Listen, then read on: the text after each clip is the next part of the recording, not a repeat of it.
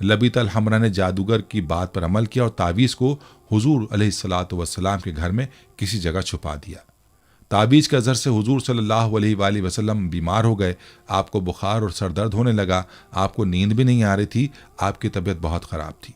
حضور علیہ الصلاۃ والسلام کے صحابہ اس بات سے بہت پریشان تھے۔ انہوں نے حضور صلی اللہ علیہ وآلہ وسلم کی صحت کے لیے دعائیں کی، لیکن حضور کی طبیعت بہتر نہیں ہو رہی تھی۔ ایک دن حضور صلی اللہ علیہ وآلہ وسلم کے صحابی حضرت زید بن حارثہ رضی اللہ عنہ کو ایک خواب آیا۔ خواب میں اللہ تعالیٰ نے انہیں بتایا کہ حضور صلی اللہ علیہ وآلہ وسلم پر جادو کیا گیا ہے۔ حضرت زید بن حارثہ رضی اللہ عنہ نے حضور کو خواب کے بارے میں بتا دیا۔ حضور علیہ الصلاۃ والسلام نے حضرت زید بن حارثہ رضی اللہ عنہ کو حکم دیا کہ وہ تعویذ تلاش کریں۔ حضرت زید بن حارثہ نے حضور علیہ الصلاۃ والسلام کے گھر کو تلاش کیا اور آخرکار انہوں نے تعویذ کو ایک کنویں میں پایا۔ حضرت زید بن حارثہ رضی اللہ عنہ نے تعویذ کو حضور صلی اللہ علیہ وسلم کے سامنے لائے اور حضور صلی اللہ علیہ وسلم نے تعویذ کو پھاڑ کر پھینک دیا۔ تعویذ کو پھینکنے کے بعد حضور علیہ الصلاۃ والسلام کی صحت بہتر ہو گئی، آپ کو بخار اور سر درد ختم ہو گیا، آپ کو نیند بھی آنے لگی۔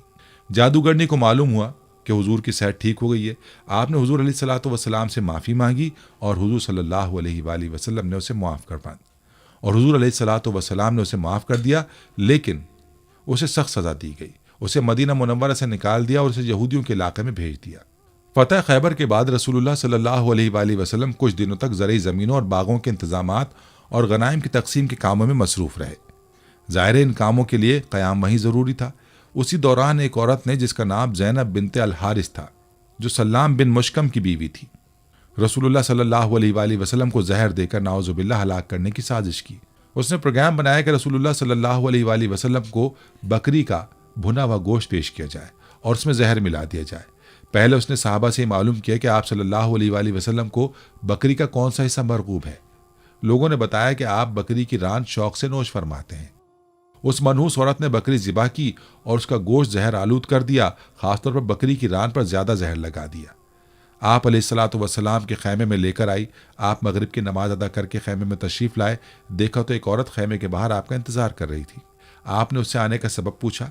عورت نے کہا کہ اے ابو القاسم، میں آپ کے لیے بکری کا بھنا ہوا گوشت ہدیے کے طور پر لائی ہوں۔ اسے معلوم تھا کہ آپ ہدیہ قبول فرما لیتے ہیں، صدقہ قبول نہیں فرماتے۔ آپ نے صحابہ سے فرمایا اس سے کھانا لے لو۔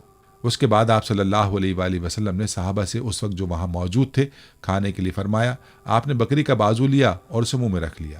حضرت بشر بن برہ بن معور نے بھی گوشت کا ایک ٹکڑا منہ میں رکھ لیا۔ ابھی حضور صلی اللہ علیہ وآلہ وسلم نے بازو منہ سے لگایا ہی تھا کہ اس نے خبر دی کہ مجھے زہر آلود کیا گیا ہے۔ رسول اللہ صلی اللہ علیہ وآلہ وسلم نے فوراً تھوک دیا، اگرچہ اس کا تھوڑا بہت اثر زبان پر رہ گیا۔ دوسری طرف حضرت بشرا بن برہ آپ کے ادب و لحاظ کے سبب کھانا نہ تھوک پائے، حالانکہ آپ نے فرمایا تھا کہ کوئی شخص یہ کھانا نہ کھائے، اس میں زہر ملا ہوا ہے۔ زینب بنت الحارث کو طلب کیا گیا۔ آپ صلی اللہ علیہ وآلہ وسلم نے اسے دریافت فرمایا کہ اس کھانے میں تو نے زہر ملا دیا ہے۔ اس نے عرض کیا جی میں نے ملایا تھا۔ آپ صلی اللہ علیہ وآلہ وسلم کو کیسے پتہ چلا؟ فرمایا مجھے اس ہڈی نے بتلا دیا تھا کہ میں زہر آلود ہوں۔ آپ صلی اللہ علیہ وآلہ وسلم نے فرمایا تو نے ایسا کیوں کیا؟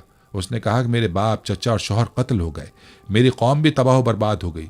میں نے سوچا اگر آپ نبی ہوئے تو یہ زہر آپ پر اثر نہیں کرے گا اور آپ بچ جائیں گے، اور اگر بادشاہ ہوں گے تو ہمیں آپ سے نجات مل جائے گی۔